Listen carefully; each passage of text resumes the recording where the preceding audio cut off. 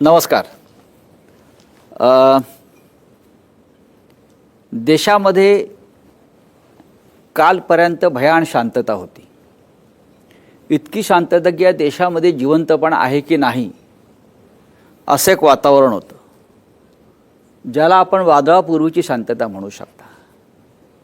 पण अचानक एक वादळ या देशामध्ये निर्माण झालं आणि त्या वादळाचा केंद्रबिंदू प्रधानमंत्री नरेंद्र मोदी यांच्या घरापासून अर्धा किलोमीटरवरचं जंतर मंतर. देशातल्या तरुणांच्या विद्रोहाचं ते केंद्र बनलं, संतापाचं केंद्र बनलं आणि या वादळामुळे सारा देश आज ढवळून निघाला, पेटून निघाला. आणि ह्या वादळापुढे या देशातले चाणक्य म्हणून घेणारे नेते, विष्णूचे अवतार म्हणून घेणारे नेते हे निष्प्रभ ठरले. याच्याबरोबर दुसरं एक वादळ निर्माण झालं, ते म्हणजे राम मंदिर. अयोध्येतलं जे राम मंदिर आहे त्या राम मंदिराच्या लुटीचा विषय हा सुद्धा तेवढाच गंभीर आहे. या दोन्ही विषयात ज्यांनी पहिल्या दिवसापासून सहभाग घेतला, सक्रिय राहिले, बळ दिलं या दोन्ही लढ्यांना, ते एकमेव नेते आज म्हणजे महाराष्ट्र राज्याचे माजी मुख्यमंत्री आणि शिवसेना पक्षप्रमुख उद्धव ठाकरे. शिवसेना पक्षप्रमुख उद्धव ठाकरे हे दिल्लीत होते. दिल्लीत जाऊन त्यांनी जंतर मंतरला आंदोलकांची भेट घेतली, जखमींची भेट घेतली आणि अत्यंत ते व्यथित झाले, संतापले. मी स्वतः पाहिलं. आज ते आपल्याबरोबर या सामनाच्या स्टुडिओमध्ये चर्चेला आहेत. उद्धवजी नमस्कार. नमस्कार. उद्धवजी, आपण राजधानी दिल्लीमध्ये होता, देशाची राजधानी आहे आणि देशाची राजधानीतून आपण एक देश आपल्या नजरेने प्रत्येक नेता पाहत असतो. तुम्ही काल काय पाहिलं? गेल्या अनेक वर्षांपासून देश जे भोगत आला, देशाची फसवणूक झालेली आहे. दरवेळेला चांगल्या गोष्टीसाठी देश मतदान करत असतो. 2014 पासून आत्तापर्यंत देशाला नुसती प्रलोभनं दाखवली गेली आणि प्रत्यक्ष पदरात काही पडलेलं नाही आहे. आपण जे मगाशी म्हणालात की जो एक उद्रेक आहे, हा उद्रेक केवळ नीट परीक्षेच्या पेपर फुटीचा नाही आहे, तर हा उद्रेक गेल्या 10 ते 12 वर्षामध्ये जी फसवणूक या देशाची केली गेलेली आहे त्याबद्दलचा हा असंतोष आहे. आणि आत्ता खरं म्हणजे जनतेच्या रूपाने विष्णूने अवतार घेतला आहे असं मी काल बघितलं. हा विष्णू आहे देश वाचवण्यासाठी, धर्म वाचवण्यासाठी. धर्म म्हणजे केवळ हिंदू मुसलमान असा नाही आहे, माणुसकीचा धर्म हा वाचवण्यासाठी जे रस्त्यावरती उतरलेले तरुण आहेत त्यांच्यासोबत त्यांचे आईवडील आणि आजी आजोबा सुद्धा आहेत. म्हणजे हा विष्णूचा अवतार आहे जो देश वाचवण्यासाठी ज्यांनी जन्म घेतलेला आहे. उद्धवजी, आणि आपण पाहिलं असेल आणि आपणच चिंता व्यक्त केली की दिल्लीच्या अनेक रस्त्यावर हा संपूर्ण, ज्याला तुम्ही जेन झी म्हणता, हा तरुण अत्यंत संतप्त हो. काही लोक त्याला झुरळ म्हणतात. हो, झुरळ म्हणतात, कॉक्रोच म्हणतात. होय. पण हा ज्या पद्धतीनं तो दिल्लीच्या रस्त्यावर संतप्त होऊन वावरत होता, फिरत होता, पोलिसांशी संघर्ष करत होता, हे योग्य आहे का? एक गोष्ट मला मुंबईपासून दिल्लीपर्यंत लक्षात आलेली ती म्हणजे ही सर्व जनता भीतीच्या पलीकडे गेलेली आहे. भीतीची बंदूक त्यांच्या कपाळावरती किंवा मस्तकावरती आत्तापर्यंत ह्या सरकारने जी रोखली होती, ती बंदूक आणि ती बंधनं जुगारून आताही स्वतःच्या जीवाची पर्वा न करता रस्त्यावरती उतरले.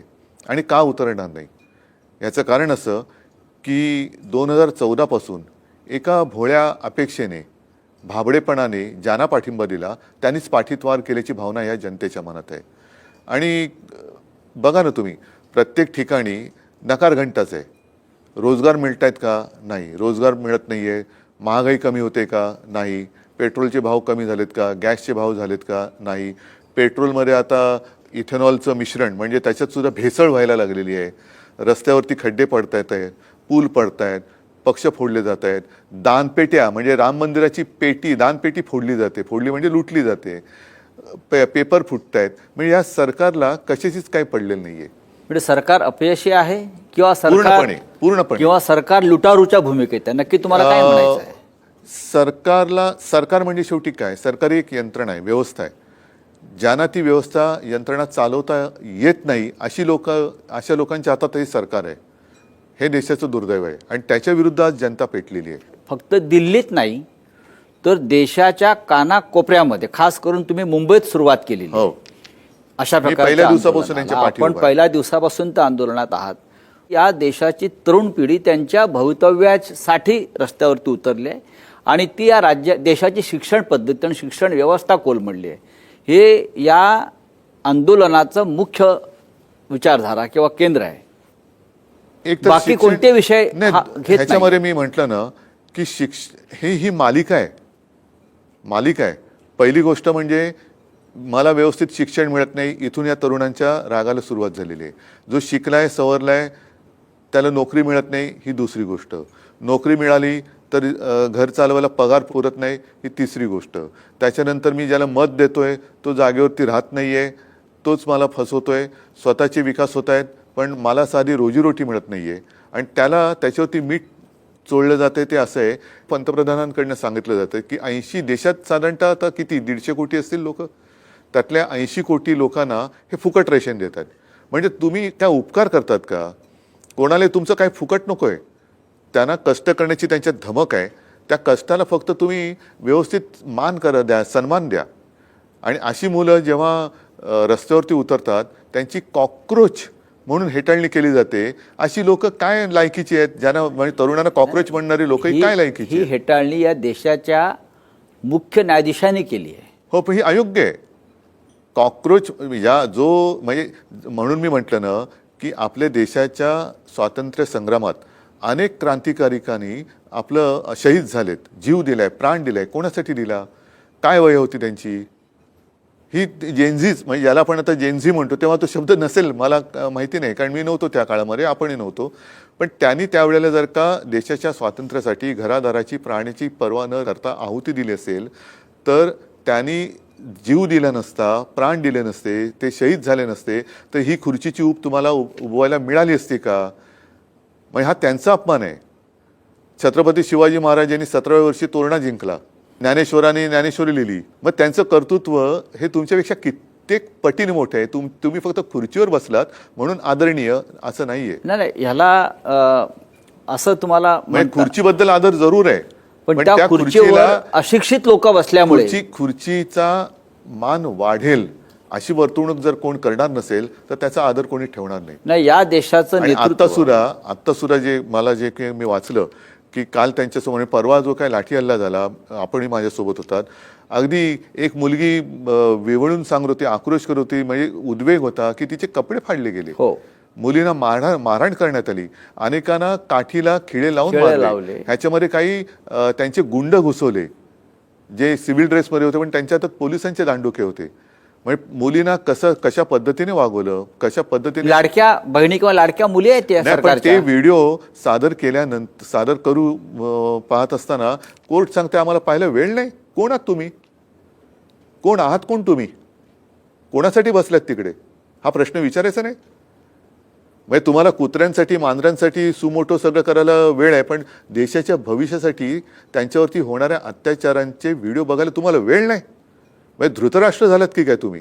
हे तुम्ही देशाच्या न्याय व्यवस्थेविषयी म्हणताय. होय, द्रौपदीने धृतराष्ट्राकडे न्याय मागण्यासारखं झालंय का आता? मग कशाला चंद्रचूडाने त्या न्यायदेवतेच्या डोळ्यावरची पट्टी काढली होती? का काढली? तुम्हाला काय वाटतं? आता काढून तरी काय उपयोग आहे?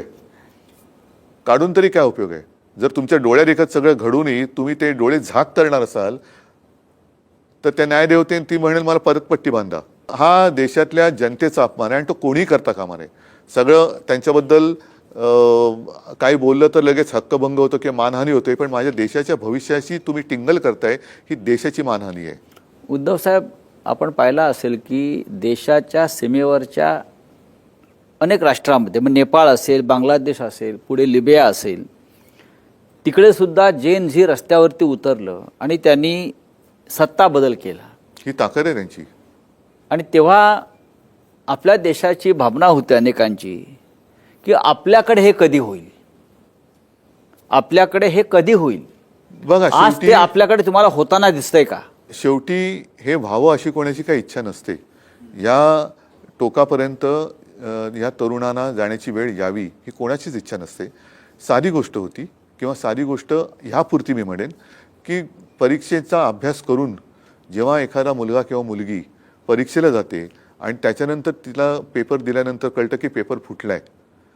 आता जवळपास 20-22 मुला-मुलींनी आत्महत्या केल्या. त्यांचे पालक त्याच्यामध्ये होते होते ना. अनेक म्हणजे काही मुलांनी तर परीक्षेच्या टेन्शननी आत्महत्या केले. मग तुम्ही त्यांच्या भावनेची किंवा त्यांच्या त्रासाची कदर करणारच की नाही. आणि एवढं शिकल्यानंतर सुद्धा जर त्यांच्या कपाळी बेकारीचा सोटाच येणार असेल तर मग काय आहे, भविष्य काय?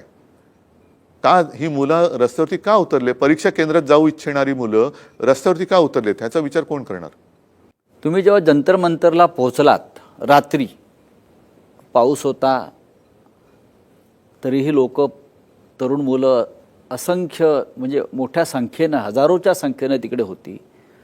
तुम्ही भाषण केलं, तो एक समोरून प्रतिसाद देत होता. जंतर मंतरवरचं ते चित्र पाहून तुम्हाला काय वाटलं? दोन्ही गोष्टी आहेत. एक तर हृदय पिळवटून टाकणारं तो सगळा विषय आहे. मात्र त्याचबरोबरीने समोर जो काय सगळा तरुण वर्ग होता, म्हणजे देशाचे भाग्य विधाते होते, त्यांच्यातली हिंमत बघून एक मला पण वाटलं की देश जिवंत आहे. देश जिवंत आहे आणि हा जिवंतपणा जोपर्यंत देशात आहे तोपर्यंत आपल्या देशावरती हुकुमशाही येऊ शकत नाही, हा एक विश्वास मिळाला. धर्मेंद्र प्रधान असं म्हणतात, तुम्ही ज्याला जिवंतपणा म्हणताय की या जिवंतपणा नसून हा अतिरेकीपणा आहे आणि गुंडागर्दी आहे. हा धर्मेंद्र आहे. हा धर्मेंद्र प्रधान आहे. बरं, ह्याच्यात धर्म कुठे?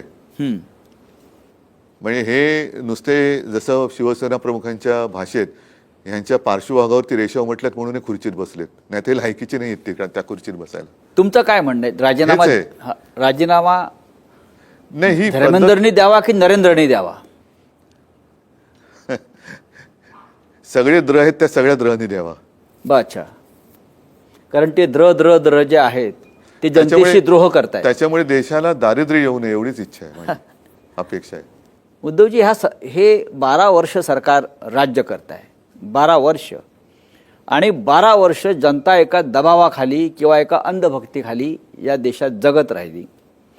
12 वर्षात हे जे काल तुम्ही चित्र पाहिलं जंतर मंतर आणि देशामध्ये, हे चित्र कधीच दिसलं नव्हतं. आणि अचानक भूकंप व्हावा आणि जमिनीतून लाव्हा वर उसळावा, हा विष्णूचा अवतार आहे, मी बोललो ना. हां, आपण जे म्हणताय, पण तुम्हाला वाटतं लोकांचं भय संपलं की जनता झोपली होती? नाही, लोकशाही झोपली होती. बघा मी तुम्हाला सांगतो की हे राज्यकर्ते निर्दयी आहेत पण जनता दयाळू आहे. आणि म्हणून जे आपण म्हणतो ना की जनतेची स्मरणशक्ती ही काय शॉर्ट असते, तसं नाहीये. लोक बघत असतात पण लोक म्हणतात ठीक आहे, जाऊ दे, पण किती जाऊ दे? ते जाऊ दे करताना सगळंच जायला लागलं. त्यावेळेला मग जनता रस्त्यावरती उतरते. त्याच्यामुळे जनता झोपलेली नसते, पण झोपल्याचं सोंग घेणारे सत्ताधारी जेव्हा येतात तेव्हा जनतेला आसूड हातात घ्यावा लागतो. ही क्रांतीची ठिणगी आहे. होऊ शकेल जर वेळेमध्ये काही उपाययोजना केली नाही तर ह्या देशामध्ये भयानक परिस्थिती उद्भवू शकते. आणि एकदा का हा तरुण रस्त्यावरती उतरला की तो त्याचं जे काय म्हणणं आहे ते पूर्ण केल्याशिवाय थांबणार नाही, ही मला एक चिंता वाटते देशाची. उद्धव साहेब, अभिजित दिपके नावाचा एक तरुण, एक मराठी तरुण, महाराष्ट्रातला, हा अमेरिकेत शिकत होता, शिकागोला. आणि तिथे सरन्यायाधीश सूर्यकांत यांचं जे झुरळा संदर्भातलं वक्तव्य आहे तरुणांना, त्यांनी बेरोजगारांना कॉक्रोच म्हटलं, झुरळ म्हटलं, त्यानंतर तो तरुण संतप्त होतो, विद्रोह करतो आणि हिंदुस्थानमध्ये येऊन एक आंदोलन सुरू करतो. आणि त्याला तरुणांचा प्रचंड पाठिंबा मिळतो, जे आतापर्यंत गेल्या 12 वर्षामध्ये कोणत्याही विरोधी पक्षाला करता आलं नाही. हे आपल्या सगळ्या विरोधी पक्षाचं अपयश आहे असं आपल्याला वाटत नाही का? आहेच ना, नक्कीच आहे. विरोधी पक्ष म्हणजे मी केवळ सत्ताधाऱ्यांना दोष नाही देणार, विरोधी पक्षांना पण देणार. आणि म्हणूनच मी मध्ये माझं मी कुठेतरी बोललो आहे की देशाच्या जनतेचा राजकारण्यांवरचा विश्वास आता उडालेला आहे.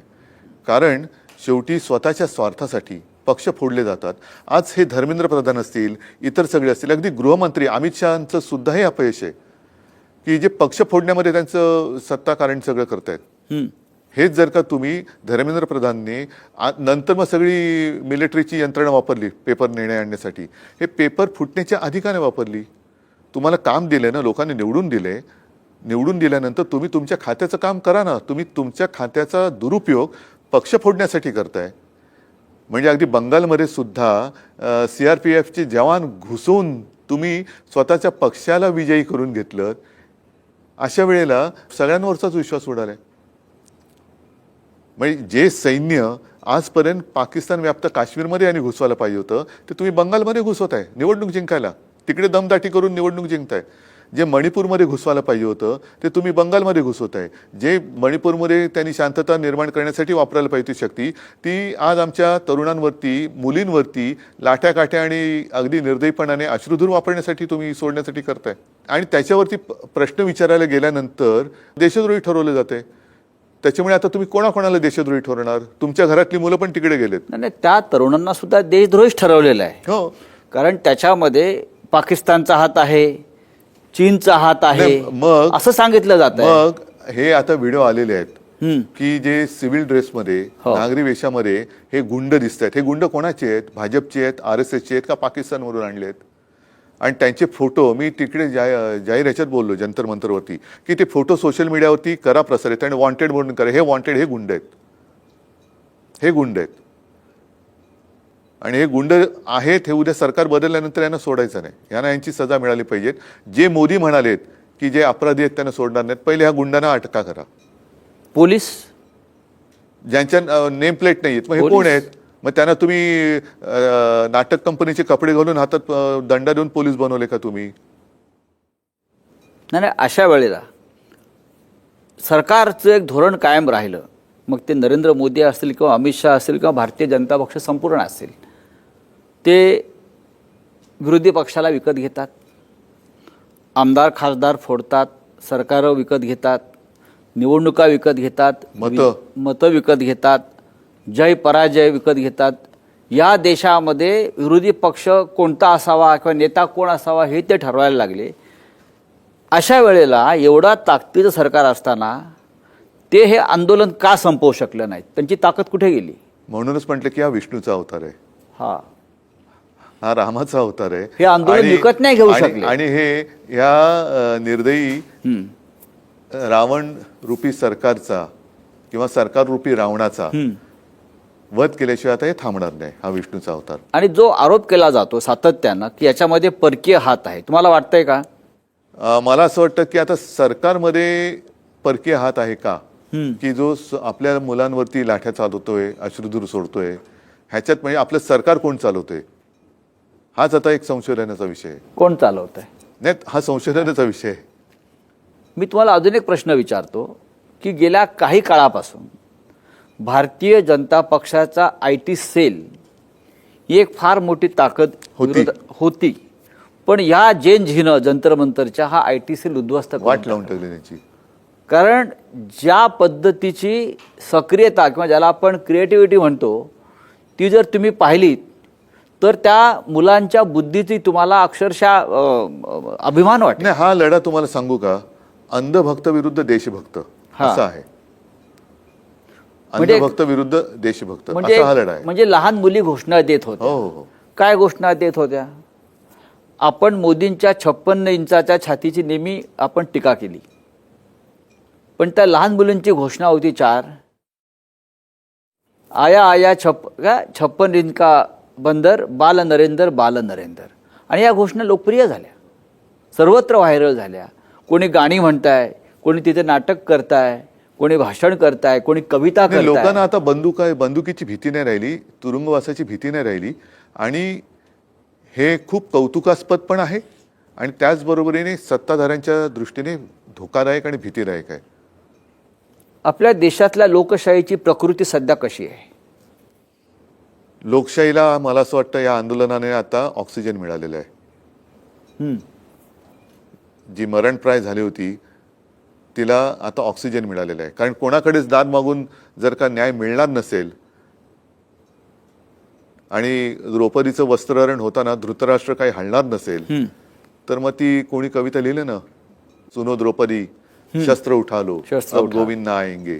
पण ही जर लोकशाहीची प्रकृती जर आता सुधारत असेल तर ही लोकशाही पुन्हा ताठकण्यानं उभं राहण्यासाठी या देशातल्या संपूर्णपणे उद्ध्वस्त केलेल्या संविधानिक संस्था आहेत, न्यायालय असतील, निवडणूक आयोग असेल किंवा गव्हर्नर्स असतील, लोकसभा, राज्यसभा, ह्यांच्या बळावर लोकशाही ही सुदृढ राहते.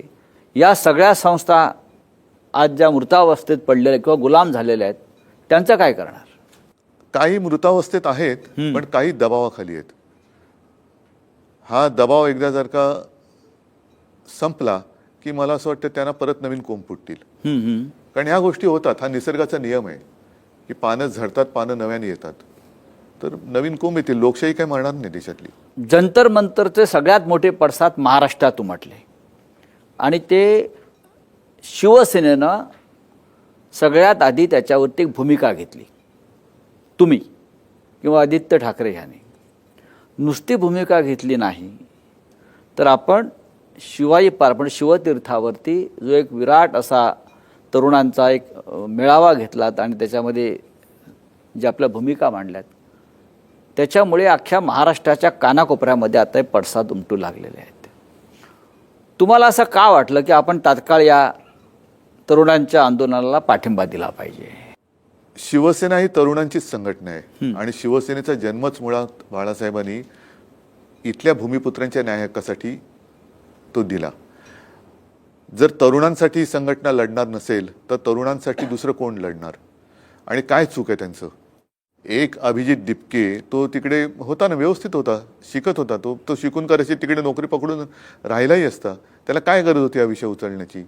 बरं, विषय उचलला तिकडनं पण तो म्हणजे उंटावरनं शेळ्या हाकू शकला असता. तो ते सोडून इकडे आल्यानंतर आज अनेक तिकडे असंख्य तरुण मुलं मुली हे घरदार सोडून कित्येक दिवस, जवळपास आता महिना झाला, हे तिकडे आहेत आणि रोज गर्दी वाढते. आणि ही मुलं जर का स्वतःच्या न्याय हक्कासाठी आवाज उठवत असतील तर त्यांना आपण बळ देणं हे कर्तव्य मानलं पाहिजे आणि सगळ्यांनी त्यांच्या मागे उभं राहिलं पाहिजे, सोबत उभं राहिलं पाहिजे. या आंदोलनामध्ये महाराष्ट्रात तुम्ही स्वतंत्रपणे करताय की तुमच्याबरोबर तुमचे इतर सुद्धा? नाही, आत्ताच मी राजाकडे होतो. आम्ही म्हणजे शिवसेना आणि मनसे तर एकत्र आहोतच. काल माझं राहुलजींबरोबर बोलणं झालं. त्याच्यानंतर त्यांचे प्रदेशाध्यक्ष सुद्धा बोलले की आम्ही सुद्धा तुमच्या सोबत आहोत. मी इतर राज्यातले काही नेत्यांशी सुद्धा बोललेलो आहे. ते सुद्धा त्यांच्या परीने हे सगळं करतायत. मात्र आता ह्या तरुणांना दिशा दाखवण्याची गरज आहे, नेतृत्व करण्याची गरज नाही. आता ह्यांना हे उतरलेत रस्त्यात. फक्त त्यांच्याकडनं वेडवाकडं काही होऊ नये असं जर का वाटत असेल तर सरकारने सुद्धा वेडवाकडं पाऊल उचलता कामा नये. पण सरकारला पूर्ण आत्मविश्वास आहे. कारण शेवटी ते आजही चर्चेला तयार असतील तर सरकारने त्यांच्याबरोबर चर्चा केली पाहिजे. पाकिस्तान बरोबर चर्चेचे दरवाजे खुले ठेवा सांगणारे RSS ह्या आंदोलनात गप्प काय का सांगत नाही की या मुलांसोबत जाऊन चर्चा करा? पाकिस्तान बरोबर चर्चेचे दरवाजे उघडे ठेवले पाहिजेत. आम्ही म्हणजे हिटलर नाही, तर मग पाकिस्तान बरोबर तुम्ही हिटलर नसाल तर मुलांबरोबर हिटलरची भूमिका का करताय? हो, पण सरकार आजही या आत्मविश्वासात आहे किंवा आपल्या भाषेमध्ये मस्तीत किंवा माझात आहे की आम्ही हे मुलांचं आंदोलन सहज चिरडून टाकू, त्याच्यावेळी आम्ही चर्चा करणार नाही. याच्याविषयी आपलं काय म्हणणं आहे? त्याने आजूबाजूला बघायला पाहिजे. ज्या शेख हसीनाना त्याने आश्रय दिलाय त्यांना विचारा की बाबा तुम्ही का नाही चिरडू शकला ते आंदोलन? नेपाळचे जे पंतप्रधान आता कुठे पळालेत नाही पळाले असतील तिकडे, त्यांना विचार तुम्ही का नाही चिरडू शकलात? कारण देश म्हणजे दगडधोंडे नाही, तो देश म्हणजे देशातली जनता. आणि ती जनता लोकशाहीमध्ये जसं जनता मत देते, तर मत देण्याचे आणि मत व्यक्त करण्याचे जनतेला प्रकार माहिती आहेत. सोनम वांगचूक हे आंदोलनाचे नेते आहेत. सरकारनं त्यांना जबरदस्तीनं इस्पितळात घेऊन गेले. त्यांचं असं म्हणणं आहे की हा देशाच्या दुसऱ्या स्वातंत्र्याचा लढा आहे. हे आपल्याला मान्य आहे का? असं आहे की पहिलं स्वातंत्र्य दुसरं स्वातंत्र्य असं करण्यापेक्षा मी म्हणेन हा स्वातंत्र्य टिकवण्याचा लढा आहे. आपण स्वतंत्रच आहोत, पण ह्या स्वातंत्र्यावरती जर कोणी कब्जा करण्याचा प्रयत्न करत असेल तर ते पाश आवडले जाण्याच्या आधी तोडणं, म्हणून हे स्वातंत्र्य ही टिकवण्याची लढाई आहे. हे जरी आपण टिकवत असाल तरी आपण एक प्रमुख राजकीय पक्षाचे प्रमुख आहात आणि प्रत्येक आंदोलनामध्ये प्रत्येक राजकीय पक्ष, मग विरोधी पक्ष, मग राहुल गांधी असतील, अखिलेश यादव असतील, ते राजकारणाचा विचार नक्कीच करतात. याचे पुढले परिणाम काय होतील. हे आंदोलन सुरू असताना तुमच्यासमोर निवडणुकांचा विचार आहे का? कारण लोकसभा असतील, विधानसभा असतील, अजून 2.5 वर्ष आहेत. 2.5 वर्ष या आंदोलनाची धग तुम्ही टिकवू शकाल? पण तोपर्यंत मग अशी मुलं जाताना बघत बसायचं, पेपर फुटताना बघत बसायचं, मुलांचे आयुष्य उद्ध्वस्त होताना बघत बसायचं. 2.5 वर्ष तुम्ही काय करणार आहात? समजा उद्या सरकारनं आंदोलन थंड केलं, हे करू देत. उद्या नरेंद्र मोदी एखाद्या मंदिरात जातील, तपाला बसतील, तपश्चर्या करतील, बाहेरून म्हणतो मी प्रायश्चित घेतलं आणि परत अंधभक्त टाळ वाजवायला लागतील. नाही, आता म्हणून म्हटलं ना की शेवटी आपण कशासाठी जगतो हा विचार जनतेने केला पाहिजे. जर मी जनतेसाठी लढत असेन तर मी निवडणुकीचा विचार न करता मुलांच्या न्याय हक्कासाठी रस्त्यावरती आलं पाहिजे किंवा त्यांच्यासोबत राहिलं पाहिजे. आता आपण आपलं काम करावं, हे आंदोलन थंड व्हावं म्हणजे कसं की चांगल्या पद्धतीने मिटावं, अशी माझी आज सुद्धा इच्छा आहे. मला असं नाही वाटत की या देशामध्ये दंगे धोपे व्हावेत, या देशात हिंसाचार व्हावा, असं मला अजिबात वाटत नाही. या मुलांच्या मागणीकडे तुम्ही माणुसकीच्या नजरेने बघावं, त्यांच्यासोबत जाऊन बसावं, बोलावं आणि आंदोलन संपवावं. बघू पुढच्या वेळेला 2 वर्षांनी जे विषय असतील ते राजकीय विषय राजकारणात घेऊ. पण मुलांचं आयुष्य पणाला लावून तुम्ही राजकारण करणार असाल तर तुम्ही पापी आहात. मला माझ्या राजकारणासाठी मुलांची जीव नाही घ्यायचे. शिवसेना 60 वर्षाची झाली आणि या 60 वर्षामध्ये शिवसेनेनं अनेक आंदोलनं केली आणि ती सगळी आंदोलनाचा केंद्रबिंदू हा तरुण वर्गच होता. शिवसेना प्रमुखांनी जेव्हा पक्षाची स्थापना केली तेव्हाही ते तरुणांचेच नेते होते. या देशातल्या तरुणांमध्ये ती शक्ती परिवर्तनाची अजूनही आहे असं आपल्याला वाटतं का? हो, ती दिसते. कारण शिवसेना प्रमुख जे म्हणायचे की शरीर थकत जातं, वय वाढत जातं, पण ज्या दिवशी तुम्ही मनाने थकाल, मनाने वृद्ध व्हाल, तेव्हा तुम्ही संपलात. तुमचं वय हे निसर्गाचं आहे, पण मनाचं तारुण्य टिकवणं, आणि तारुण्य म्हणजे काय की आत्ताच्या मुलांबरोबर त्यांच्या वेदना समजून घेतल्या पाहिजेत, त्यांच्या व्यथा समजून घेतल्या पाहिजेत. त्या जर का तुम्ही समजून घेत असाल तर तुम्ही त्यांचे नेते होऊ शकाल. नाहीतर तुम्ही तरुणात पण त्यांना समजूनच घेत नाही तर काय उपयोग आहे तुमच्या वयाचा. उद्धवजी, अजून एक महत्त्वाचा विषय या देशात सध्या नव्हे तर जगभरातल्या हिंदूंमध्ये खास करून हा चर्चेला जातोय किंवा त्याविषयी पण प्रचंड संताप आहे. तो म्हणजे अयोध्येमध्ये जे राम मंदिर उभं राहिलं, अनेकांच्या बलिदानातून, त्यागातून, संघर्षातून, त्या राम मंदिराच्या दानपेटीच्या 550 कोटीच्या दानपेट्या चोरीला गेल्या. राम मंदिरामध्ये देणग्यांचा अपहार झाला आणि हा अपहार जवळजवळ 13,000 कोटीचा आहे. प्रत्यक्ष रामाची किंवा राम मंदिराची ही लूट जेव्हा समोर आली किंवा आत्ता त्याच्यामध्ये सुद्धा लोक संताप व्यक्त करतात, ह्याच्यावर तुमचं काय मत आहे? राम मंदिर लुटलं गेलं, आता ह्या सरकारने नाही, हे मोगलांनी मंदिर लुटलंय का असं मी विचारतो परत. नाही, आता नीटचे पेपर आणि मंदिराची दानपेटी हे मोगलांनी लुटले, पाकिस्तानने लुटले का नेहरूने लुटले? पेपर कोणी नेहरूने फोडलेत का? दानपेटी नेहरूने फोडले का? आता ह्यांचा मुखवटा गळून पडतोय. ही दोन्ही जी पापं त्यांची आहेत, म्हणजे ज्या मंदिराच्या नावाने ह्यांनी मतं मिळवली ती दानपेटी हे फोडतात, मंदिर लुटतायत. ज्या तरुणांना भविष्याची स्वप्न दाखवून मतं मिळवली त्या तरुणाईला तुम्ही चिरडतायत. ह्या दोन्ही गोष्टी ह्या भाजपच्या नासलेल्या सडलेल्या वृत्तीचं एक प्रतीक आहे. आणि केवळ राम मंदिर लुटलं नाही जाते, केदारनाथ मंदिर लुटलं गेल्याच्या बातम्या आहेत, बद्रीनाथमध्ये चोरी झालेली आहे, उज्जैनमध्ये जमीन घोटाळा झाला आहे, अयोध्येमध्ये जमीन घोटाळा झालेला आहे, इतर अनेक ठिकाणी घोटाळे झाले असतील जे अजून लक्षात नाही आलेलं. हिंदुत्व म्हणजे या देशामध्ये मी मध्ये असं म्हटलं होतं की युवा शक्तीपेक्षा बुवा शक्ती अधिक जास्त बोकाळलेली आहे. ही सगळी बुवा शक्ती भाजपच्या हिंदुत्वात सामील झालेली आहे. हो, त्याच्यामुळे ह्या बुवा शक्तीपेक्षा युवा शक्तीला किंमत द्या, ती तुम्हाला तारण. बुवा काही करू शकत नाही तुम्हाला. जंतर मंतर, ते जंतर मंतर वेगळे, हे जंतर मंतर वेगळे. जंतर मंतरनी कारभार नाही करू शकत तुम्ही. ते जंतर मंतर आता उतरले लोकांवरची.